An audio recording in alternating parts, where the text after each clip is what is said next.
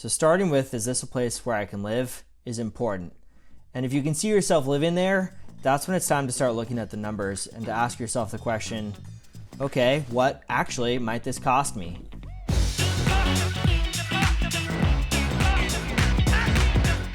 Hello and welcome to Practical Personal Finance, where you get the information you need to understand and succeed with money.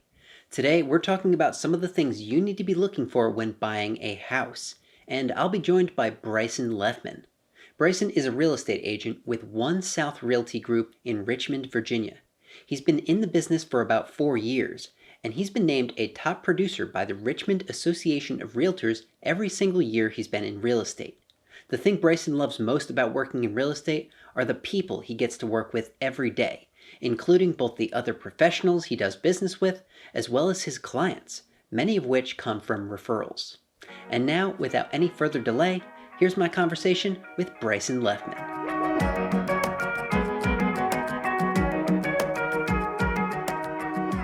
Bryson, thank you so much for taking the time to come on the show today and share your knowledge and expertise with all of us.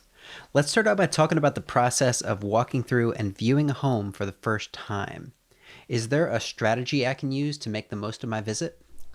Well, thanks for having me, Andrew. That is a great question. I think it's important to go in with the right expectations. Anytime you're looking at a home, I think you want to be able to envision, is this a place that I would like to live? Home purchases are often several $100,000.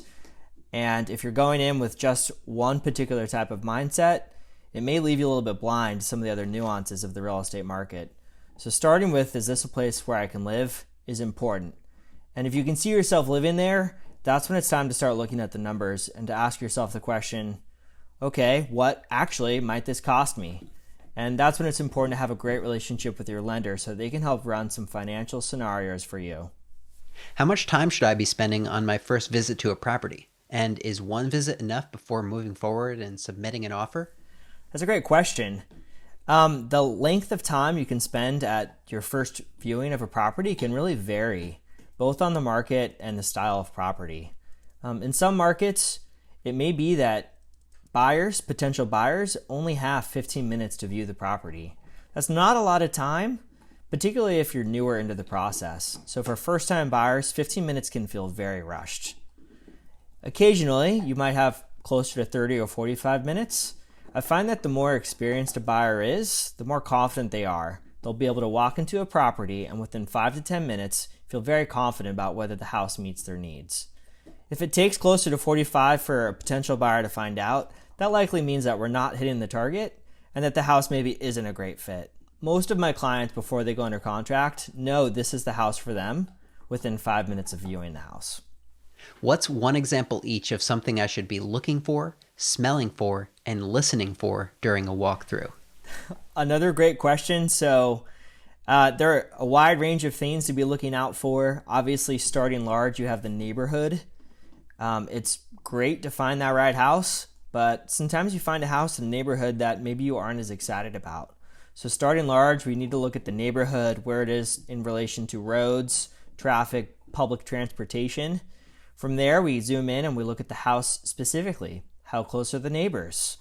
Are your neighbors very active? Do the properties nearby look like they're maintained to the condition that you might want for your own home? Once we get inside the house, you want to make sure that you're using your eyes to look around at the actual condition of the property and be talking to your realtor or your partner that may be with you to see if they're noticing anything different. You also want to be smelling to make sure there's no smells of gas, anything that might smell like pets, which can be really tough to get out of property. And you also want to be just listening. What happens if there's a neighbor who loves to play the drums late at night? Well, you might not know that if you're there at the house at 3 p.m., but maybe you hear them talking on the phone, and that could be a good indicator that between your potential house and your neighbor's house, there might not be a lot of sound insulation. There's no way to know for sure just by that one showing, but those are all great places to start. When I look at real estate listings, I frequently see descriptions touting a new roof or a new HVAC system. How much weight should I give these kinds of features? And when should I be concerned about the age of things like the roof, the HVAC system, or the water heater? Well, it really depends on the buyer. for buyers that are maybe purchasing their first home or who do not have a lot of cash between where they're currently living into their transition to purchase, the condition of those items are going to be of critical importance. If you're purchasing your first property and it needs a new roof and a new HVAC, that may be a real struggle for you to end up taking care of. Because as the saying goes, when you purchase a house, almost within the first year, something is going to break, and it might not be something you see coming. So although it's great to see a new roof and it's great to see a new HVAC, it can really depend on the market and the particular buyer. If you have lots of cash, it might not be a huge issue to repair the roof for the HVAC. But if cash is of utmost importance, it can be a challenge to find financing to get both of those jobs completed. That would also be something to talk to a lender about, or some friends or your realtor, to see if they have any contractors that do provide financing for those services. If you're able to find that, that might help you look past a potential condition issue on the roof in order to help win you the right house. Is there an ideal day of the week or time of the day to go and view a property? So for viewing a property, it's actually really great to go when it's raining. I know that's a painful answer to hear because particularly in the winter, it can be absolutely miserable outside. Of course, this depends on where you live. But the reason it's so great to go when you're raining is because rain and water in general is one of the most troubling issues in a potential home. If you have a leaking roof, you might not know it's leaking until it rains. And I can't tell you how many times I've had a client call me and say, wow, I had a great roof and it turns out there's a leak. And by the time the leak reaches the inside of their house, it's dripped through their attic and now it's to the ceiling of their home. So now they have a ceiling repair as well as a roof repair. So although it's not very much fun to look in the rain, it's the best way to see the actual condition of the exterior of the home. What's the best way to go about getting a feel for what the neighborhood is like and determining whether or not it's a place I like living? So talking to any friends or family that might live in the area, they often have a really good idea of what it's like to live in a specific neighborhood. You can also check out Facebook groups, Reddit, other types of social media where people might have opinions on it. Now, the tough thing about opinions is that they're always subjective by nature. So it's important to have your own experience and to draw your own conclusion. What might feel safe for me is likely to feel safe for someone else just because we're different people and have had different life experiences.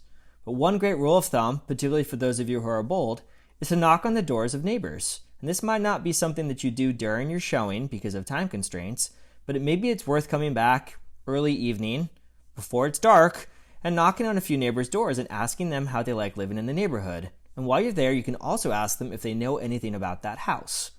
A neighbor generally has a good idea of what's going on with the house that's for sale, and sometimes you might be surprised at what they have to say. But keep in mind that some neighbors can be very biased as well. If the owner of that home who used to live there was a very mean person, you might find that they might not speak very highly about the house. And that doesn't mean that there's anything wrong with the home, but everybody has their own opinion, and when it comes to real estate, you can count that people will be very happy to share. How about getting a feel for what the homeowners association might be like in a given community? For a homeowners association, it can be really tough to know what the vibe is. Generally, homeowners, like I said, if you knock on any doors, they're going to have the best sense of what it's like. But in some neighborhoods, in some communities, in some areas, you'll find that homeowners association have strong reputations. There are some that are known for being extremely militant, where if your trash can is out 1 hour longer than it should be, you'll get a notice on your door. And generally, those neighborhoods have pretty strong reputations. And when it comes to knowing what one community is like versus the other, reputation is the best way to go. It's hard to dial in because each person might have their own experience with the homeowners association. The best thing about a homeowners association is that they're looking out for the whole neighborhood. The worst thing is that they're looking out for the whole neighborhood. And to what degree they do that job very well or not very well can make or break some people's experience in an HOA community. After I submit an offer, I know I might have an opportunity to request a home inspection. Is that something you would recommend? And if so, is it something I would want to be present for? Home inspections in this market are pretty hotly contested, and I think depending on where you're at in the US and what your local professionals might say, you'll find some recommending home inspections prior to putting an offer, and others recommend waiving it, while some altogether might turn blue in the face if they found out somebody was waiving or making any type of repair or home inspection concession. I do recommend that if you choose to do a home inspection, I do recommend that you be there. you'll find it's a worthwhile experience, and home inspectors look at hundreds, if not more, houses every year. They're on the roof, they're in the crawl space, and most of them have a contracting background, so they're very knowledgeable about home conditions and what to be expected. Of course, a real estate professional can help you with that, so partnering with somebody who's familiar with the age and types of homes you'd want to purchase might also be critical for you to get a good understanding of the true condition of the home. But keep in mind, nobody is perfect. It's more than likely that somebody will miss something, and this is why budgeting and finances can be such an important conversation, and it connects directly to your home inspection. How does the context of the market at any given time influence the demands I might make of the seller, and in more simple terms, how picky I should be? This is one of my favorite things to talk about. The market conditions will likely change drastically for those who are viewing this sometime soon versus somebody who might view this video in 1 to 2 years. When you talk about market conditions, one of the easier things for people to understand is supply and demand. Right now in the US, in general, on a national trend, there's more demand for houses than there is supply. And that puts a lot of pressure on buyers to be making concessions. If we flash back to 2011, you'll find that there were tons of people trying to sell their house, and so buyers then had the upper hand. So when you're in a market where it's a seller's market, and there are way more buyers than there are sellers, buyers are put in some difficult situations. It's important to partner with real estate professionals that can help you understand the current conditions of the market so that when you go in to put an offer, and as you're looking at houses, you can understand the proper context for what kind of pressures and expectations and potential concessions or benefits you might have during a negotiation. Speaking of real estate agents, what sort of impact can an experienced and knowledgeable agent have on the whole process of looking at homes? Great question. An experienced agent can have a very wide impact. An experienced agent is somebody who is going to be looking at the process as a whole, who keeps you up to date, and is looking at your best interest in a wider and broader perspective. Now, an experienced agent isn't necessarily someone who sells one house a year, 10 houses or more a year. An experienced agent is somebody who's familiar with the type of home that you want to purchase. They're familiar with the area, and they're also well networked. Those are hard things to know about a real estate agent going into conversations with them. But generally, if you talk to a few, you can start to get a better sense of who's making stuff up as they go versus somebody who actually has experience to help their clients throughout the entire process. When you work with an experienced agent, your ideal outcome is for everybody to feel like they won. You got the house, you got the support and the information that you needed, and now you're set up for success in your new house. If there are big road bumps early on in the process, that might be an indicator that there's some additional conversations you might need to have with your agent and/or consider alternative options for getting help with your purchase. Anything else you'd like to add about what to look for when buying a home? In terms of something that's maybe worth mentioning, and I'm a little biased because I'm a real estate agent, but a good real estate agent is going to help partner with you throughout the whole process, whether you're a first-time buyer or whether this is your 10th house you've bought in 5 years.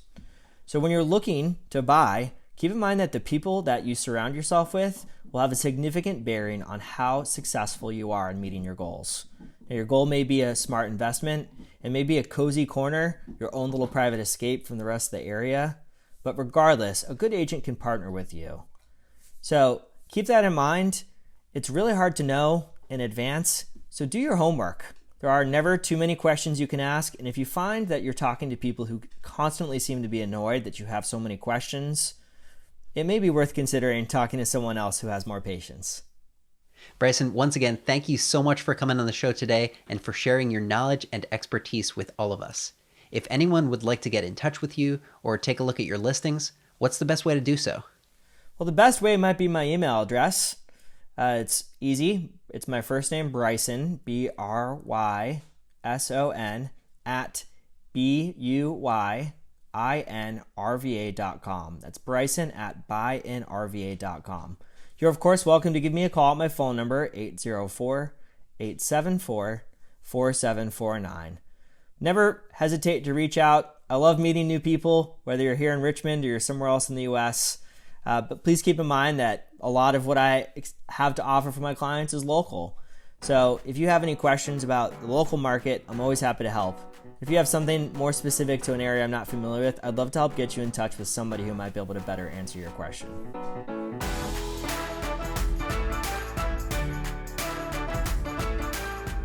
I want to thank my good friend Bryson Lefmann for taking the time to answer my questions about buying a home. If you or someone you know is looking for a high-quality real estate agent in the Richmond area, I would highly recommend giving him a call or visiting his website at www.buyinrva.com. Link is down below. Do you have any other questions about buying a home that we didn't cover? Let me know in the comments. If you're looking to buy a home, click right here to check out this other video I made where I cover 5 home buying tips. And if you'd like to show your support for my channel and the content I create, click right here to become a subscriber. As always, thanks for watching. I'm Andrew Scheer, and I'll see you next time.